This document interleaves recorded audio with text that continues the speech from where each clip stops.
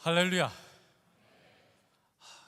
여러분, 이제 마지막 시간이라 제가 좀 여유가 있어서 이렇게 얘기를 합니다. 여러분, 제가 지금 이제 네 번째인데 부평과 청라를 오가면서 생명을 걸고 왔다 갔다 제가 이렇게 하면서 우리 목사님 대단하시다.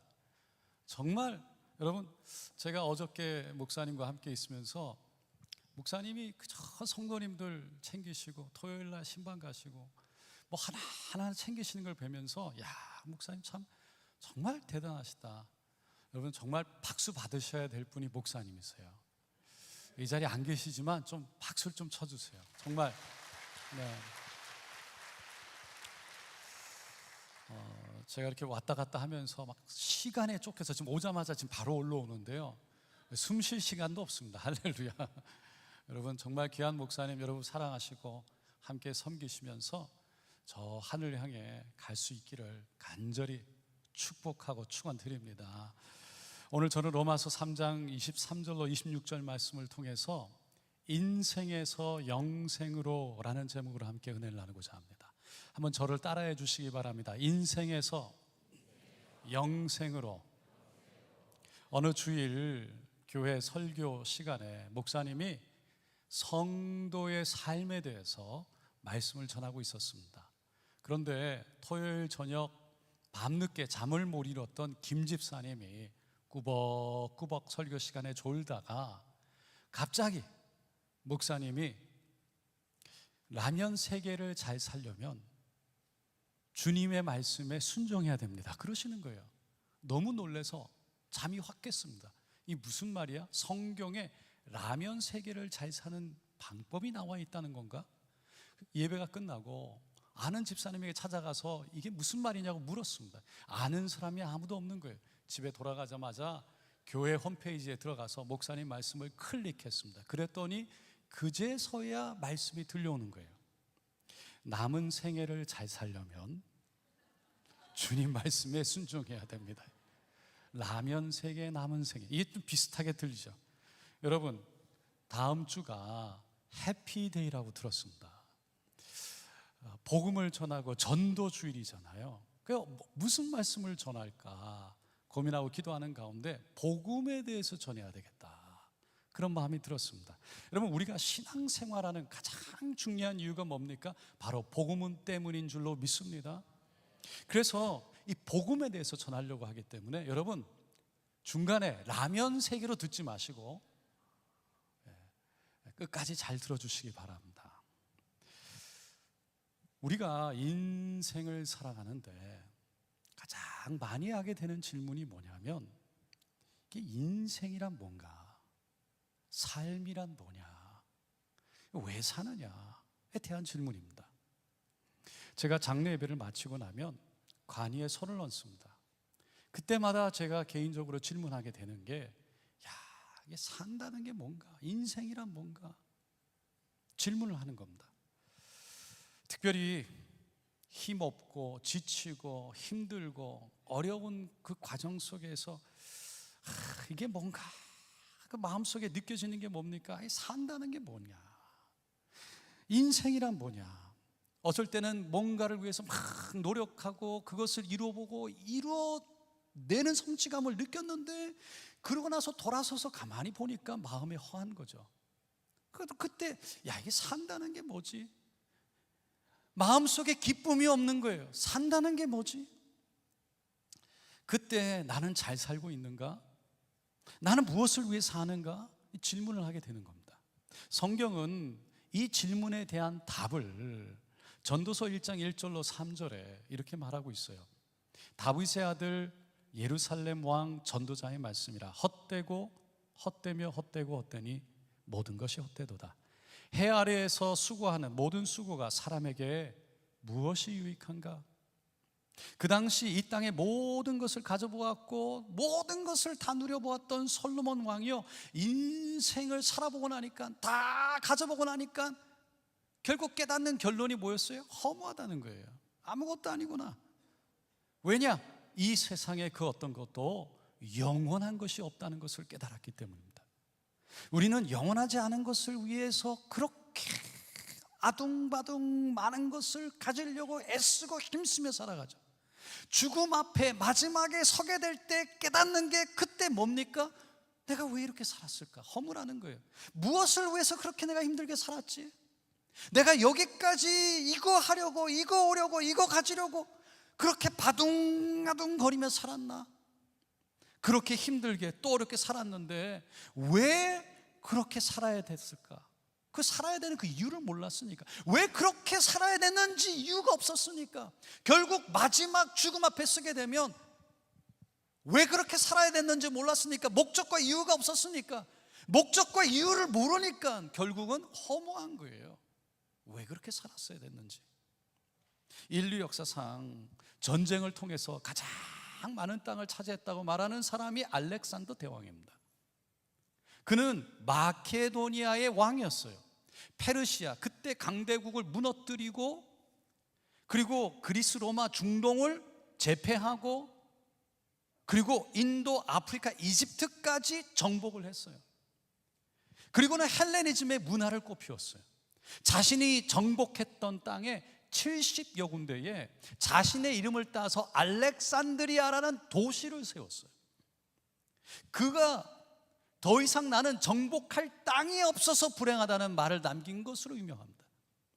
그렇게 대단했던 그가요, 동방을 정복하고 돌아오는 길에 열병을 앓으면서요, 나이 33살에 객사하고 맙니다.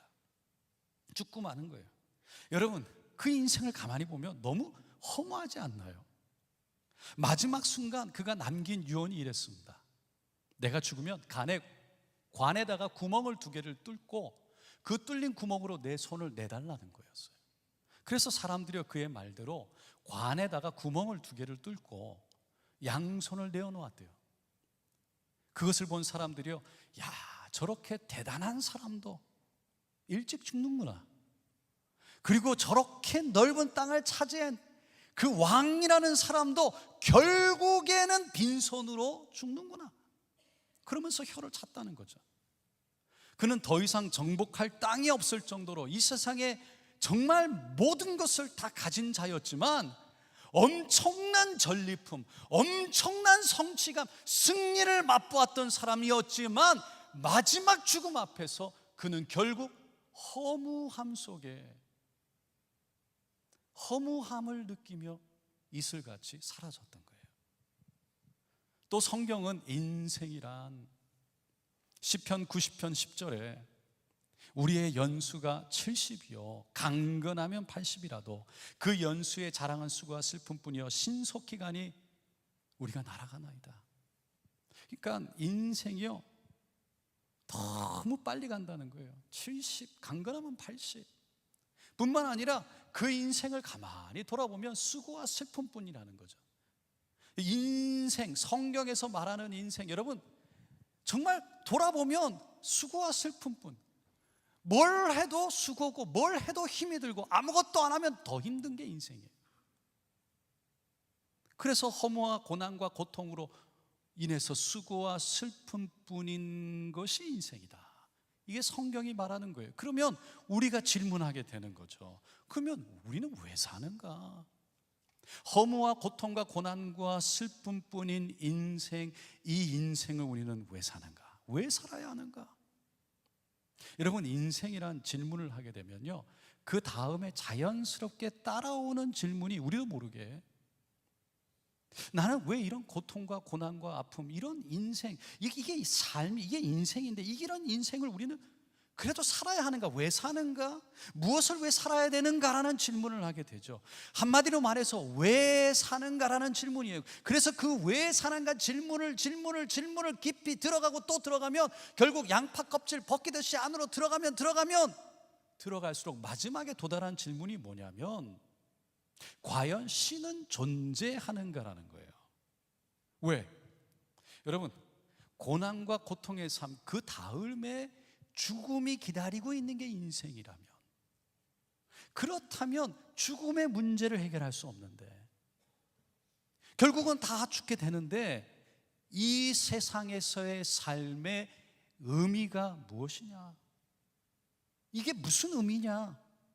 그러니까 죽음의 문제를 해결할 수 없다면 결국은 이래도 한평생 저래도 한평생 인생의 의미를 발견할 수 없다. 그래서 돌아보니 그 죽음에 대한 문제를 해결할 수 있는 분이 신이라는 거죠. 왜? 이 땅에는 그 죽음의 문제를 해결할 수 있는 사람이 아무도 없으니까. 그래서 신을 찾게 되는 거예요. 그 인생이란 무엇인가에 대한 답을 찾으려면 신의 존재를 먼저 발견해야 되는 것이고, 그 신이 우리를 만들 때 신이니까 우리가 왜 살아야 되는지에 대해서 말씀하시는 그 답을, 신에게서 답을 찾아야 된다는 거예요. 세계적인 명작 전쟁과 평화, 안나 가레리나 작가로 알려진 레오 톨스토이, 그 사람도요 이거를 구하고 인생이란 무엇이냐 찾았던 사람이에요. 1879년 출간되었던 그의 책 참회록에 보면 자신의 삶의 의미, 목적을 발견하기 위해서 얼마나 노력하고 얼마나 많은 시도를 했는지 그 이야기를 쭉 기록해 놨어요. 그는 어린 시절에 기독교를 거부했답니다. 그리고는 대학을 졸업하면서 인생에서 얻을 수 있는 최대의 쾌락을 얻으려고 했어요. 쾌락을. 그래서 모스크바 상트 페테르부르크 사교계로 들어갑니다. 거기서 술을 엄청나게 마셔대고 난잡한 사생활, 도박, 그리고 아주 방탕한 생활을 삽니다. 쾌락을 추구했던 거예요. 쾌락을 가지면 될 거라. 근데 거기에 만족이 진정한 마음의 만족이 없는 거예요. 돈 버는 일에 야망을 가지고 뛰어듭니다. 물려받은 많은 유산과 책이 팔리면서요 정말 많은 돈을 벌었어요. 그런데 거기에도 만족이 없었어요. 그래서 성공과 명예, 사회적인 지위를 향해서 달려갔어요. 결국에는 모든 것을 이뤘습니다. 성취했습니다. 브리테니카 백과사전의 세계 문학 사상가 중에 가장 위대한 소설을 쓴 사람이라고 기록되어졌어요. 근데 거기에도 만족함이 없는 거예요. 결국 그는 그래서 어쩌란 말인가, 그 다음은 뭔가, 정말 내 안에 진정한 만족이 못 찾으니까요 인생의 참 의미, 목적이 뭐란 말인가 답을 찾을 수가 없어서 그 다음에 시도한 게 뭐였냐면 가정이었어요. 가족들에게 정말 좋은 것, 최대의 것, 가장 최상의 삶을 제공하기 위해서 애쓰는 삶을 살, 가족을 이루기. 1862년에 결혼을 합니다. 사랑스러운 아내와 13명의 자녀를 낳아요. 그렇게 낳고 그러면서 그 아이들과 함께 행복한 삶을 살 수 있을 거라고 생각했는데, 여러분, 그 애를 낳고 기르고 먹이고 재우고, 그가요 삶의 진정한 의미를 파악하는데 그 바쁜 삶 속에 그 아이들 때 오히려 그 모든 것들이 삶의 의미를 찾는데 방해됐대요. 왜? 그럴 수밖에 없겠죠. 생각할 겨를도 없죠. 무슨 시간의 여유가 있겠어요. 애들을 낳고 기르고 키우고. 그러면서 그는 모든 야망을 이루고 주위의 사람들이 봤을 때 부러울 만한, 정말 행복해 보일 만한 모든 것을 갖춘 상황과 그런 환경에 이르렀음에도 불구하고요 그는 마지막 질문에 도달하는 거예요. 결국 죽음이 나를 기다리고 있으며 그 죽음을 피할 수조차 없다는 사실, 나는 그 죽음을 해결할 수 없다는 사실, 그 앞에 내 삶이 지금 죽음이 있는데 죽음을 향해서 가고 있는 내 삶, 이게 무슨 의미가 있는가? 결국 그 책에서 그 질문이 자신을 자살로까지 몰고 갔다라고 고백합니다.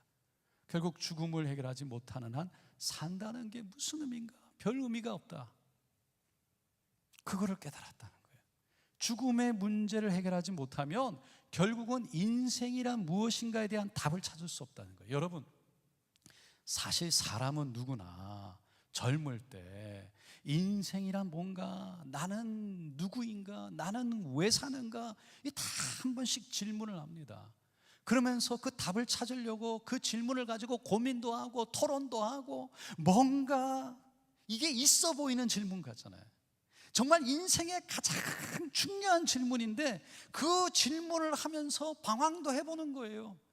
근데 그때는 세상 때가 묻지 않아서 순수합니다. 하지만 세상에 나가서 이제 일을 하고 세상 풍마에 시달리다 보면 인생이란 무엇인가, 나는 누구인가, 왜 살아야 하는가, 이 중요한 질문 앞에 그냥 덮어버리고 살아가는 거예요. 왜? 아무리 고민을 해도 답을 찾을 수가 없어요. 아니면 답을 찾을 수 있는 시간적인 여유가 없어요. 세상이 우리를 내버려 두지 않아요. 현실이 우리를 내버려 두지 않아요. 그냥 현실 앞에 그냥 물에 떠밀려서 가듯이 세상 앞에 살아가는 거예요. 살아가야 돼요. 그래서 결국은 답 찾는 거 포기하고 점점 바빠지는 현실 앞에 쫓겨 살다가 뭐 세상이 다 그런 거지, 인생이 다 그런 거지, 뭐 그런 거야, 죽으면 끝이지 뭐가 있겠어. 합리화를 하고 현실에 급급해서 그냥 살아가는 겁니다. 근데 여러분, 사람이 죽으면 끝이 아닙니다. 만약 정말 이 땅의 삶이 다라면, 그래서 죽음이 끝이라면 앞에서도 말씀드렸듯이요, 그 삶은, 그 인생은, 그 사람은 이 땅에 어떤 삶을 살아도 별 의미가 없어요. 이렇게 살아도 한평생, 저렇게 살아도 한평생, 이렇게 살아도 그냥 한평생이에요. 그 죽음은 끝인데 무슨 의미가 있겠어요? 그러나 이 땅의 삶의 의미가 있는 건 우리가 이 땅에서 어떻게 살았느냐, 이 땅에서의 삶이 영원한 삶, 영생으로 이어지기 때문인 줄로 믿습니다. 그러니까 영원한 삶이 있기 때문에 우리는 이 땅의 삶이 의미가 있다는 거예요. 왜? 이 땅의 삶이 어떻게 살았느냐가 영원으로 이어지기 때문에. 이탈리아 밀라노의 대성당에 가면 3개의 문이 있는데 거기에 이런 글이 적혀 있답니다. 대문 한쪽에 장미꽃, 아름다운 화환이 있고 그 아래에 기뻐하는 모든 것은 순간이다. 2번째 문, 십자가가 새겨져 있고 그 위에 고통으로 받는 모든 것도 순간이다. 그리고 3번째 중앙에 있는 문 아래에 가장 중요한 것은 영원이다 라고 적혀 있대요. 인간이 살아가면서 누리는 기쁨, 그 모든 것 순간입니다. 행복한 것 같지만 순간입니다. 여행 갔다 오면 여행 가기 전에 행복하고, 가서 행복하고, 갔다 오고 지나가면 벌써 끝난 거예요. 지나간 거예요. 아련해지는 거예요. 아무리 맛있는 걸 먹고 아무리 좋은 데를 가도 지나가면 끝나는 거예요. 한때로 끝나는 거죠. 그래서 결국 남는 건 이 땅에 그 어떤 것도 남는 것이 아니라 영원만 남는다는 거예요. 가만히 생각해 본 사람은요, 다 한때를 사는 거예요. 때를 따라서. 이를 솔로몬 왕은 전도서 3장 1절로 8절에 이렇게 말했죠. 범사의 기한이 있고 천하 만사가 다 때가 있나니 날 때가 있고 죽을 때가 있고 심은 것을 뽑을 때가 있으며 죽일 때가 있고 치료할 때가 있으며 헐 때가 있고 세울 때가 있으며 울 때가 있고 웃을 때가 있으며 슬퍼할 때가 있고 춤출 때가 있으며 돌을 던져 버릴 때가 있고 돌을 거둘 때가 있으며 안을 때가 있고 안는 이를 멀리할 때가 있으며 찾을 때가 있고 잃을 때가 있으며 지킬 때가 있고 버릴 때가 있으며 찢을 때가 있고 꿰맬 때가 있으며 잠잠할 때가 있고 말할 때가 있으며 사랑할 때가 있고 미워할 때가 있으며 전쟁할 때가 있고 평화할 때가 있느니라. 그러니까 인생에는요 다 지나가는데 그 지나가는 한 때가 있다는 거예요. 한 때를 산다는 거죠. 그런데 그 다음 절 9절에 보면 이렇게 말을 해요. 일하는 자가 그의 수고로 말미암아 무슨 이익이 있으랴. 이는 사람이 때를 따라서 한순간 한순간 수많은 때를 살아가는데 그 순간이 인생의 전부라고 생각해서 그렇게 노력하고 수고를 다한다 할지라도 그 수고가 무슨 유익이 있겠느냐라고 한탄의 고백이죠. 솔로몬의 이 한탄의 고백은요 끝이 있기 때문에 죽음에 대한 것을 염두에 둔 고백이에요. 다시 말해서 죽음을 피할 수 없어서 결국 죽음이라는 끝을 맞이해야 된다면 이 땅에서 수고한 모든 게 무슨 의미가 있냐. 여러분, 솔로몬이 무슨 이익이 있으랴, 이게 뭐냐면 반어법을 쓴 거예요. 문법적으로 반어법이라는 건 죽음으로 인해서 끝이 난다면 모든 것이, 너무 허무하니 그렇지 않습니다 라는 강조해서 그렇지 않다, 죽음이 끝이 아닙니다 라고 말하는 거예요. 그래서 그가 그 다음 절 11절에 이렇게 말하고 있습니다. 다 같이 읽어보겠습니다. 하나님이 모든 것을 지으시되 때를 따라 아름답게 하셨고 또 사람들에게는 영원을 사모하는 마음을 주셨느니라. 그러나 하나님이 하시는 일에 시종을 사람으로 측량할 수 없게 하셨도다. 하나님의 시작과 끝, 사람의 인생의 시작과 끝은 사람이 알 수 없지만 사람에게 하나님께서는 영원을 사모하는 마음을 주셨다는 거예요. 어떤 90세 된 할아버지가 멀리 살고 있는 손주가 와서 인사를 했는데 손주가 하는 말이, 할아버지 건강하셔서 100살까지 사세요. 그랬더니 할아버지가 화를 내는 겁니다. 아니 내가 10년만 더 살고 죽으라는 얘기냐? 그 옆에 있던 아들이, 아니요 아버지 그게 아니고 10년 더 사시고 100년 더 사시라는 얘기예요. 그러니까 그제서야 할아버지가, 그럼 그렇지, 내 손주가 최고지. 여러분, 이게 영원히 살고 싶은 인간의 본성이라는 거예요. 영원을 사모하는 마음이 있다는 거예요. 왜 하나님이 우리에게 영원을 사모하는 마음을 주셨을까요? 왜냐하면 영원이 있기 때문이에요. 그래서 여러분, 사람은 영원을 사모하는 마음이 있다. 2014년 영국의 사우스 햄스턴이라는 대학의 샘 파니아라는 박사가 그 연구팀을 꾸렸는데 4년 동안 영국과 미국의 15곳 병원에서 심장마비를 앓았던 환자 2060명을 조사해서 그 결과를 일간지에 실은 적이 있어요. 거기에 보면 심장마비로 죽었다가 극적으로 소생한, 살아난 사람들의 이야기, 심폐소생술 CPR을 통해서 살아났는데 그 사람들의 얘기가 뭐냐면 자아가 있었다라는 고백이에요. 그러니까 의학적으로는 심장이 멈추고 모든 몸의 기능이 멈춰서 분명히 죽었는데 죽은 게 아니라 의식이 있더라는 거죠. 심장마비로 죽었다 살아난 사람 중에 13%가 내 영혼과 몸이 분리되어지는 걸 경험했다라고 고백합니다.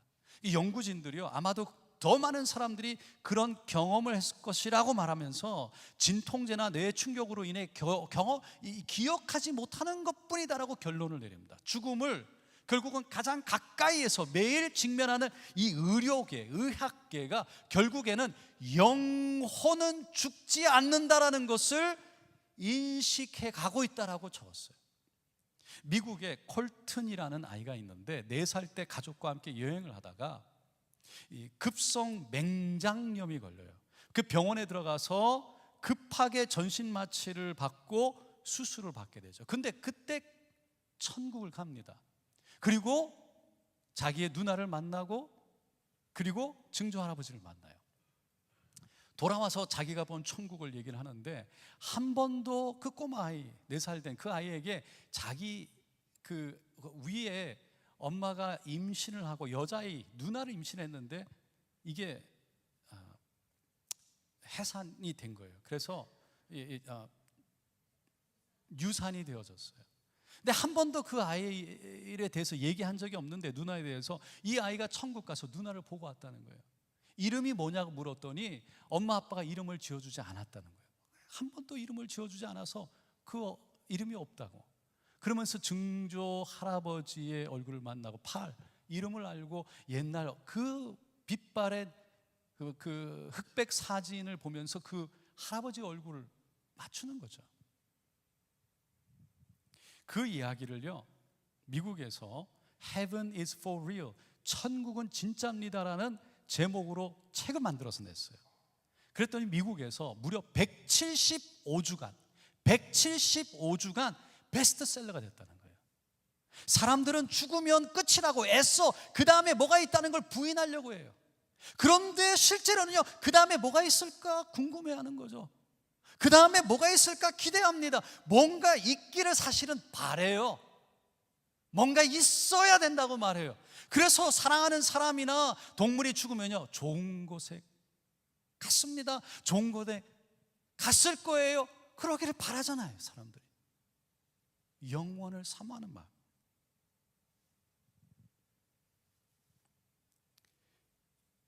결국은 사람들은요, 죽음 다음에 천국이 있기를 바라고 천국에 가고 싶지만 거기를 어떻게 가는 줄 모르기 때문에 자기들 생각과 자기들 방식대로, 자기들 방법대로 그 천국에 가려고 이렇게도 노력하고 저렇게도 노력하면서 하는 거죠. 그러나 우리는, 예수 믿는 우리는 그 천국에 가는 길을 알고 있는 줄로 믿습니다. 천국은 성경에 말하면 죄가 없어야 한다고 분명히 말합니다. 왜? 하나님은 죄가 없으신 거룩하신 분이기 때문에 죄가 있는 인생에 하나님께 가면 우리의 죄 때문에 하나님 앞에 살아남을 수가 없는 거예요. 하나님께 갈 수가 없는 거예요. 근데 문제는 뭡니까? 이 땅에 살아가는 모든 사람은 결국은 죄를 짓고 살아간다는 거죠. 죄가 없는 사람은 아무도 없다는 거예요. 한 번도 죄를 짓지 않은 사람이 없다는 거죠. 예수님은 생각으로 형제를 미워만 해도 살인했다고 말씀하셨고, 여자를 보고 음욕을 품기만 해도 간음을 했다고 말씀하셨어요. 그러니까 우리는 하나님 앞에 서면요, 어느 누구도 죄 없다고 말할 수 있는 사람이 없다는 거예요. 또 다른 문제가 있어요. 성경은 우리의 죄에 대해서 반드시 심판이 있다는 거예요. 그리고 그 심판의 대가가 있다는 것입니다. 여러분, 하나님은 정의롭고 공의로운 분인 줄로 믿습니다. 여러분, 우리가 죄를 지으면 하나님이 그냥 대충 넘어가줬으면 좋겠잖아요. 그래야 하나님인 것 같죠. 그런데 다른 사람이 나에 대해서 죄를 짓고 잘못하고 힘든 일을 짓고 나에게 고통을 줬으면 그 사람에 대해서 여러분, 하나님의 정의가 있어야 되기를 바라겠죠. 하나님이 그 사람도 괜찮아 그러면 어떻게 그 하나님이 하나님으로 보이세요? 하나님은 정의로운 분이에요.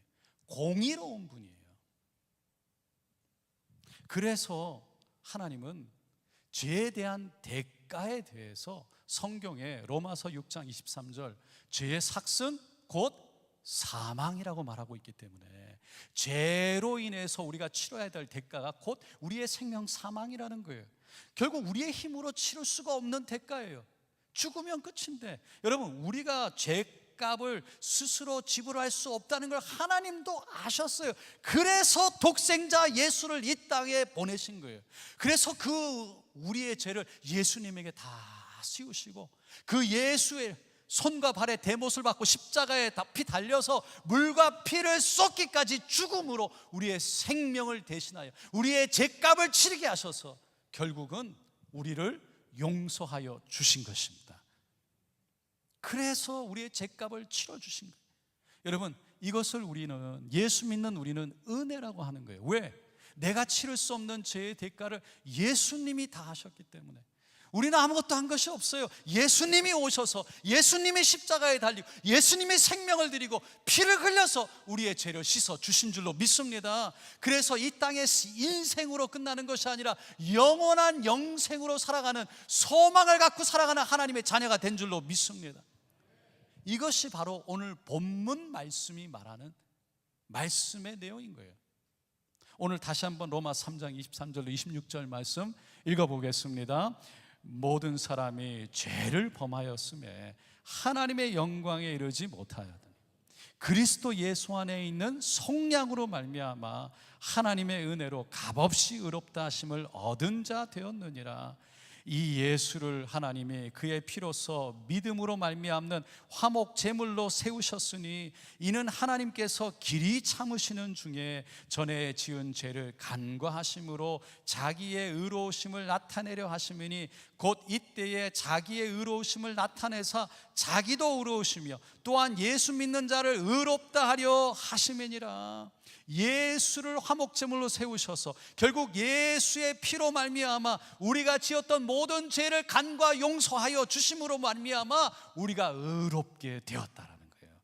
의롭다라는 건 죄가 있는데 죄 없다라고 여겨주신다는 거예요. 의롭다함을 그래서 죄가 없다고 여겨주심을 받기 위해서 예수님이 나의 죄를 짊어지고 십자가에 달려 돌아가셨다는 걸 믿고 받아들이면, 그러면 그 믿음 때문에 우리가 용서받고 하나님의 자녀, 하나님의 사람, 구원을 얻게 되는 줄로 믿습니다. 하나님은 그 믿음을 보시고 우리의 행위가 아니라, 우리의 노력이 아니라, 우리가 어떤 사람이 되었기 때문에 아니라, 결국은 하나님의 은혜로, 예수의 은혜로, 예수님이 말미암아 그 십자가의 피로 말미암아 구원을 얻게 됐다는 겁니다. 여러분, 인생에서 저 영생으로 천국으로 인도되어진 줄로 믿습니다. 왜냐하면 하나님은 우리를 죽기까지 사랑하시기 때문입니다. 하나님은 우리 모두가 다 천국에 오시기를 원하는 줄로 믿습니다. 이것이 우리가 전도하는 이유입니다. 인생에서 반드시 끝이 있는데, 끝으로 끝나는 인생, 누구나 심판 앞에 서야 되는 그날이 있기 때문에 우리가 그 영혼을 하늘에 함께 가기 위해서 우리가 전도하는 겁니다. 여러분, 한번 상상해 보세요. 우리에게 마지막 순간이 온다면, 예수님이 오시든지 아니면 우리의 인생이 끝나든지, 그럴 때 우리는 어떻게 될까요? 이 땅을 조용히 떠나야 될 겁니다. 그때는 이 땅에서 모았던 모든 것, 이 땅에서 우리가 누렸던 모든 것, 이 땅에서 우리가 즐겼던 모든 것 다 내려놓고 조용히, 호련히 그냥 이 땅을 떠나야 할 거예요. 그때는 땅에 있는 모든 것, 그 어떤 것도 우리에게 의미가 없어요. 우리가 땅에 있다는 시간이 좀 있을 것으로, 땅에 있을 시간이 좀 있다고 생각하니까 우리가 내일을 생각하고요, 미래를 준비하며 살아가잖아요. 그런데 더 이상 이 땅에서 있을 시간이 없다고 생각되어진다. 내일이 없다면요, 이 땅의 것들은 의미가 없다는 거예요. 뭐가 중요하겠어요?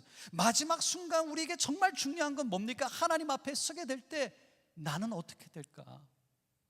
나는 어디로 갈까? 무슨 일이 일어날까? 아니겠습니까?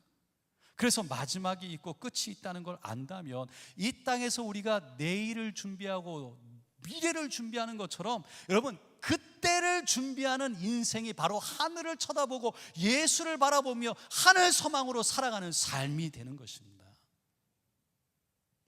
언젠가 추수감사 주일 예배를 드리는데, 이렇게 강대상 위에 과일들이 바구니가 다 있고 가득 이쁘게 진열된 거예요.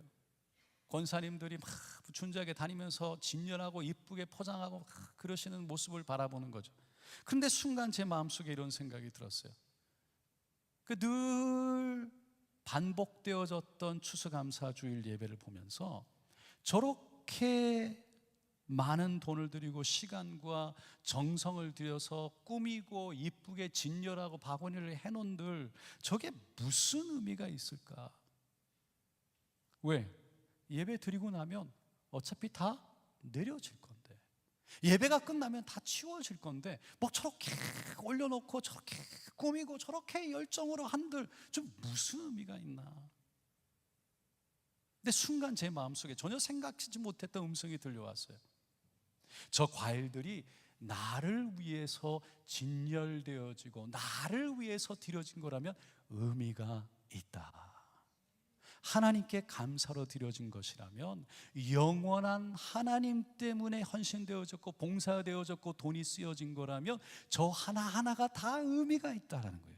이 땅에는요, 어떤 것도 영원한 것이 없어요. 하지만 하나님, 영원한 하나님을 위해서 드려진 우리의 작은 믿음은요, 하나도 이 땅에 떨어지지 아니하고 영원히 저 하늘에 간직되는 줄로 믿습니다. 그러니까 믿음으로 드려진 섬김, 믿음으로 살아낸 삶, 믿음으로 주님과 함께한 인생은요, 그래서 의미가 있고 가치가 있다는 거예요. 왜? 살아계신 하나님이 보시고 아시기 때문에. 여러분, 이것을 믿는 것이 믿음 아니겠습니까? 여러분, 인생은 하나님을 향할 때 의미가 있는 거예요. 하나님을 향해서 드려질 때 영원한 거예요. 가치가 있는 거예요. 이 영원한 것을 위해서 우리 인생의 귀한 시간을 들여보려고, 여러분, 우리가 이 교회에서 영혼 구원을 위해 정말 시간을 정하고 전도하자고 힘쓰고 애쓰는 거 아니겠습니까? 여러분, 함께 이를 위해서 함께 해보시지 않겠습니까? 저에게 누군가가 왜 목사가 됐냐고 물어보시더라고요. 제가 젊을 때 기도하는데 이 땅의 것을 들어보니까 내가 무엇을 왜 살아야 되는가, 무엇을 하며 살아야 되는가 돌아보니까 이 땅에 어느 것도 영원한 것이 없더라고요. 그 마지막에 내가 그 영원하지 않은 것을 위해서 살다가, 그렇게 살다가 마지막 내 인생의 순간 돌아봤을 때 영원하지 않은 거, 아무것도 아닌 거, 지나가면 끝날 거를 위해서 그렇게 살아가고, 그 마지막 순간 내 인생이 너무 허무할 것 같았어요.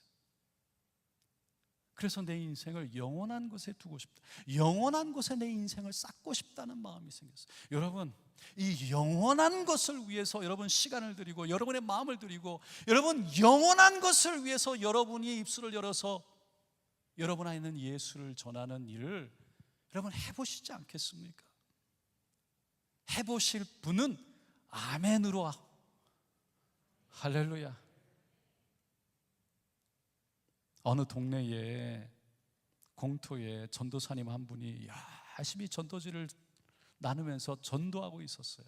근데 다른 한쪽에 그 공터 구석에 여러분 약장수 아시죠? 옛날 약장수들, 그 앞에 이렇게 뭘 깔고 약들을 넣고 막 파는 겁니다.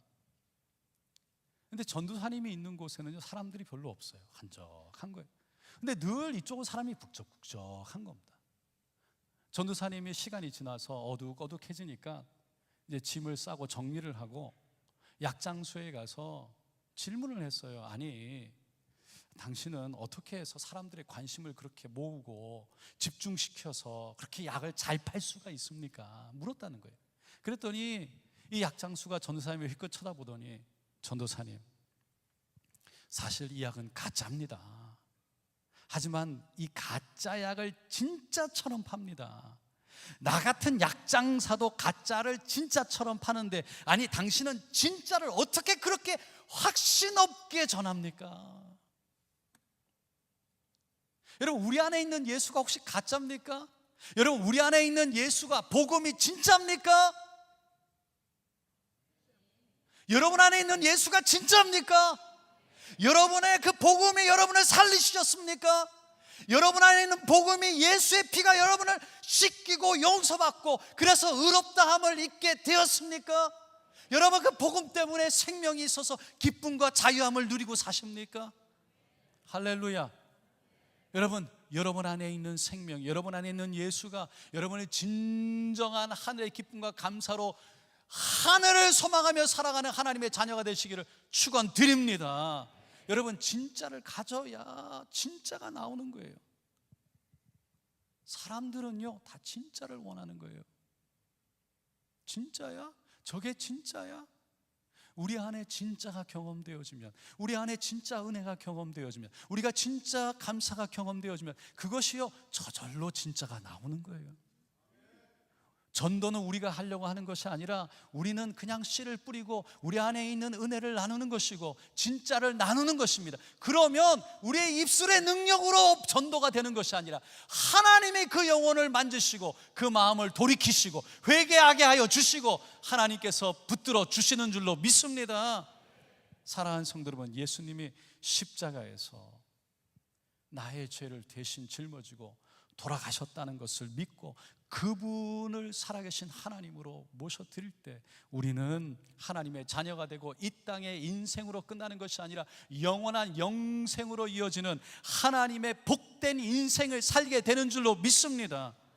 그 예수를 다시 한번 오늘 깊이 모셔드려서 내가 만난 그 예수를 전할 수 있는 믿음의 사람으로 거듭나게 되시기를 예수님의 이름으로 축원드립니다.